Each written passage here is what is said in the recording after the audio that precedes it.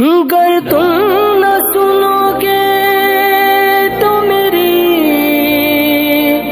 कौन सुनेगा।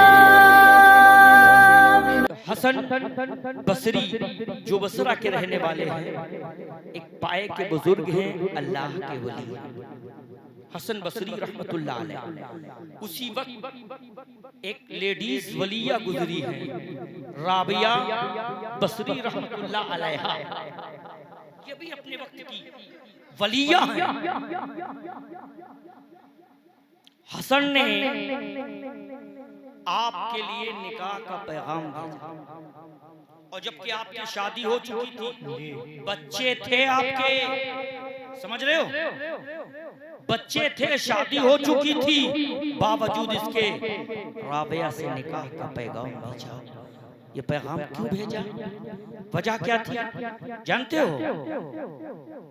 आपको निकाह की ख्वाहिश ये नहीं कि हाँ कोई उनसे लुत्फ अंदोज जो मियां बीवी के हालात में होते हैं, कोई ऐसा मसला था नहीं। राबिया का भी निकाह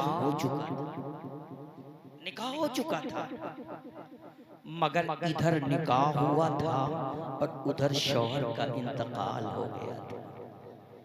और जब इंतकाल हो गया और रात में तन्हाई में जब राबिया को शौहर की याद आती, तो ठंडे पानी से वजू बनाकर मुसल्ला बिछाती और मुसल्ले पे जाकर खुदा की बारगाह में खड़ी होकर राबिया कहती, जल्ला वाला मजदहुल करीम खल्लाके कायनात, मेरा निकाह करने वाला भी तू, मुझे जवानी की तहलीक पर पहुंचाने वाला भी तू, निकाह के बाद शौहर का इंतकाल हो गया, ये भी तेरी रजा। जल्ला वाला मजदहुल करीम, अब शौहर के इंतकाल के बाद नफसानी ख्वाहिशात का भड़काना भी तेरी तरफ से, वादहु ला शरीक। अब मैं इस इम्तिहान में अगर चाहूं तो कामयाब नहीं हो सकती, अगर चाहूं तो पाक दामन नहीं रह सकती, वादहु ला शरीक। जब तूने मुझे जो है जवानी की तहलीक पे पहुंचाकर और उसके बाद निकाह करा के शौहर का इंतकाल भी हो गया, अब वादहु ला शरीक जो जिस्मानी ख्वाहिशात हैं, नफसानी ख्वाहिशात जो भड़क रही हैं, अगर मैं चाहूं तो मैं कंट्रोल नहीं कर सकती, मैं इम्तिहान में कामयाब नहीं हो सकती। वादहु ला शरीक, शौहर का इंतकाल भी हुआ तेरी मर्जी से। ऐ अल्लाह, अभी इस इम्तिहान में भी तू ही मुझको कामयाब फरमा, वादहु ला शरीक मेरी मदद फरमा। राबिया बसरी ये दुआ करती है, मेरे प्यारे, फिर अल्लाह ताला ने जब आपको इम्तिहान में कामयाब फरमाया और बाद उसके वादहु ला शरीक ने राबिया को अपने वक्त का वलिया बनाया। तो जब हसन ने उनके शोहरे सुने, उनके चर्चे सुने, वजह क्या है, एक मर्तबा हसन बसरी पानी पर नमाज पढ़ रहे थे, मुसल्ला बिछाकर पानी पर नमाज पढ़ रहे थे, तो राबिया ने देखा अपना हवा मुसल्ला, अपना जो है मुसल्ला हवा पे डाला और नमाज पढ़ने लगी। अब जब हसन ने देखा कि राबिया हवा पे नमाज पढ़ रही हैं, फौरन मुसल्ला बटोरा, अपना मुसल्ला समेट कर और पानी से बाहर आ गए। जब तक राबिया ने भी सलाम फेर दी थी, राबिया भी नीचे आ गई। कहा हसन तुम पानी पर नमाज पढ़ रहे थे, कहा राबिया वो तो छोटी बात थी, तुम तो हवा पे पढ़ रही थी। कहा हसन तुम पानी पे नमाज पढ़ रहे थे, कमाल नहीं किया, हम हवा पे नमाज पढ़ रही थी, कमाल नहीं किया। हसन नमाज वो पढ़ी जाए जो रब और उसके रसूल को राजी कर ले, जो रब उसके अरे जो तुमने पानी पर नमाज पढ़ी है ना, अल्लाह की मखलूक में एक छोटी सी मछली ये काम कर सकती है। जो मैंने हवा पे नमाज पढ़ी, अल्लाह की मखलूक में एक छोटा सा परिंदा चिड़िया ये काम कर सकती है। न तुमने कमाल किया न मैंने कमाल किया। तो कहा राबिया इसीलिए तो मैंने तुम्हारे पास पास निकाह का पैगाम भेजा है। कहा हसन तुम्हारी तो शादी हो चुकी है, तुम्हारे तो बच्चे भी हैं, फिर क्यों ये चाहते हो? कहा राबिया सुनना ही चाहती हो तो सुन लो, मैं चाहता हूँ अगर मेरे अमल में कोई कमी हो, मैं गुनाहगार हूँ, मगर कल जब राबिया की सवारी जन्नत में जा रही हो तो मैं ये कह सकूं राबिया मेरी बीबी रही है, अल्लाह ताला मेरी नेक बीबी वलिया के सदक़े मुझे बख्श दे। ये फख्र किया है हसन बसरी ने।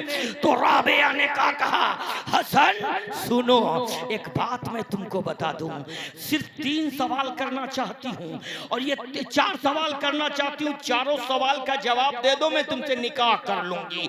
कहा वो क्या है? कहा राबिया एक बात बताओ, जब मैं पुलसराज से गुजरूंगी तो पुलसराज जो तलवार से ज्यादा तेज और बाल से ज्यादा बारीक है, क्या बताओ उस पुल पे हम कट के नीचे जहन्नम में गिरेंगे या पार लगेंगी? कहा राबिया ये तो सिर्फ सिवाय अल्लाह के और किसी को नहीं पता। तो कहा अच्छा चलो दूसरे सवाल का जवाब दे दो, बताओ जब मीजान तराजू पे अमल तौले जा रहे होंगे तो बताओ मेरा नेकियों का पल्ला भारी होगा या बुराइयों का? कहा राबिया इसका भी इल्म सिवाय अल्लाह और किसी को नहीं है। कहा हसन फिर मेरे तीसरे सवाल का जवाब दे दो। कहा वो क्या है? कहा तीसरे सवाल का तीसरा सवाल ये है कि नामे अमाल जो दिया जाएगा मेरे दाहिने हाथ में दिया जाएगा या बाएं हाथ में दिया जाएगा? कहा राबिया इसका भी इल्म सिवाय अल्लाह और किसी को नहीं है, इसलिए नेकोकार लोग जो हैं उनका नामे अमाल दाहिने हाथ में दिया जाएगा और जो बुरे लोग हैं उनका नामे अमाल बाएं हाथ में दिया जाएगा।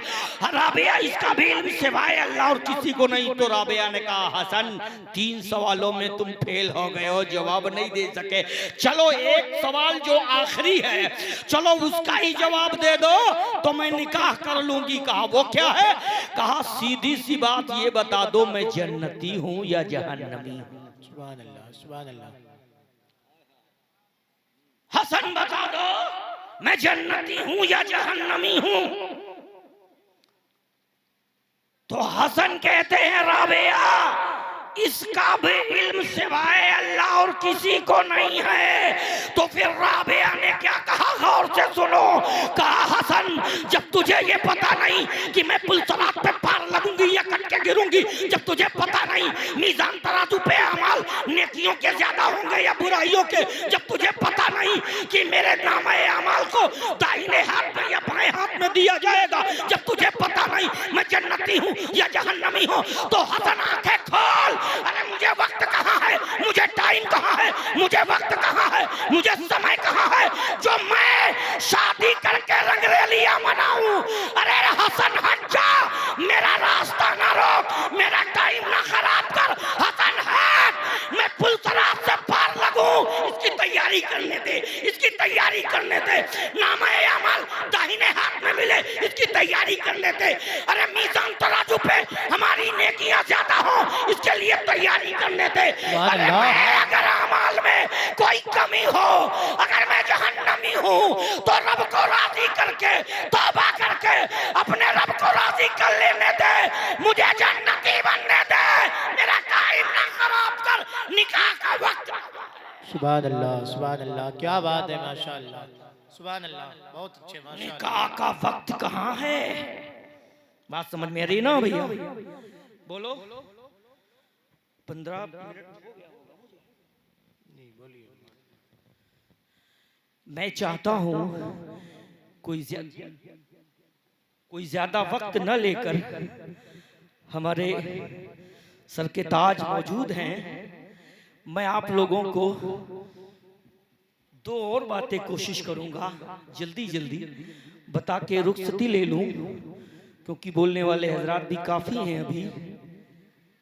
एक चीज ये अपने जहन में सारे लोग रखो, अल्लाह कभी भी दे सकता है,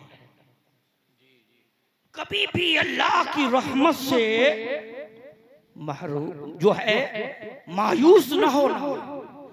कभी भी अल्लाह की रहमत से मायूस न होना, वो अल्लाह कभी भी दे सकता है। जी जी हक है। हजरत ईसा अलैहिस्सलाम के नाना कौन कौन कौन? हजरत ईसा अलैहिस्सलाम के नाना इमरान, उनकी अहलिया मोहतरमा हजरत हन्ना, क्या नाम है? हजरत हन्ना एक मर्तबा दोपहर के वक्त खाना खा के अपने दरवाजे के सामने पेड़ लगा था, उसके नीचे कैलूला कर रहे थे। दोपहर का आराम खाने के बाद तो जो पेड़ लगा था उस पर चिड़िया ने घोंसला डाला था। वो कहीं से उड़ के आती और चोंच में अपने कुछ दाना लेकर आती, और जो बच्चे बैठे थे घोंसले में उनकी चोंच में डालती, उनको दाने चुगाती, और कभी कभी उनको अपने परों से यूं समेट लेती, बड़ा प्यार करती। तो हजरत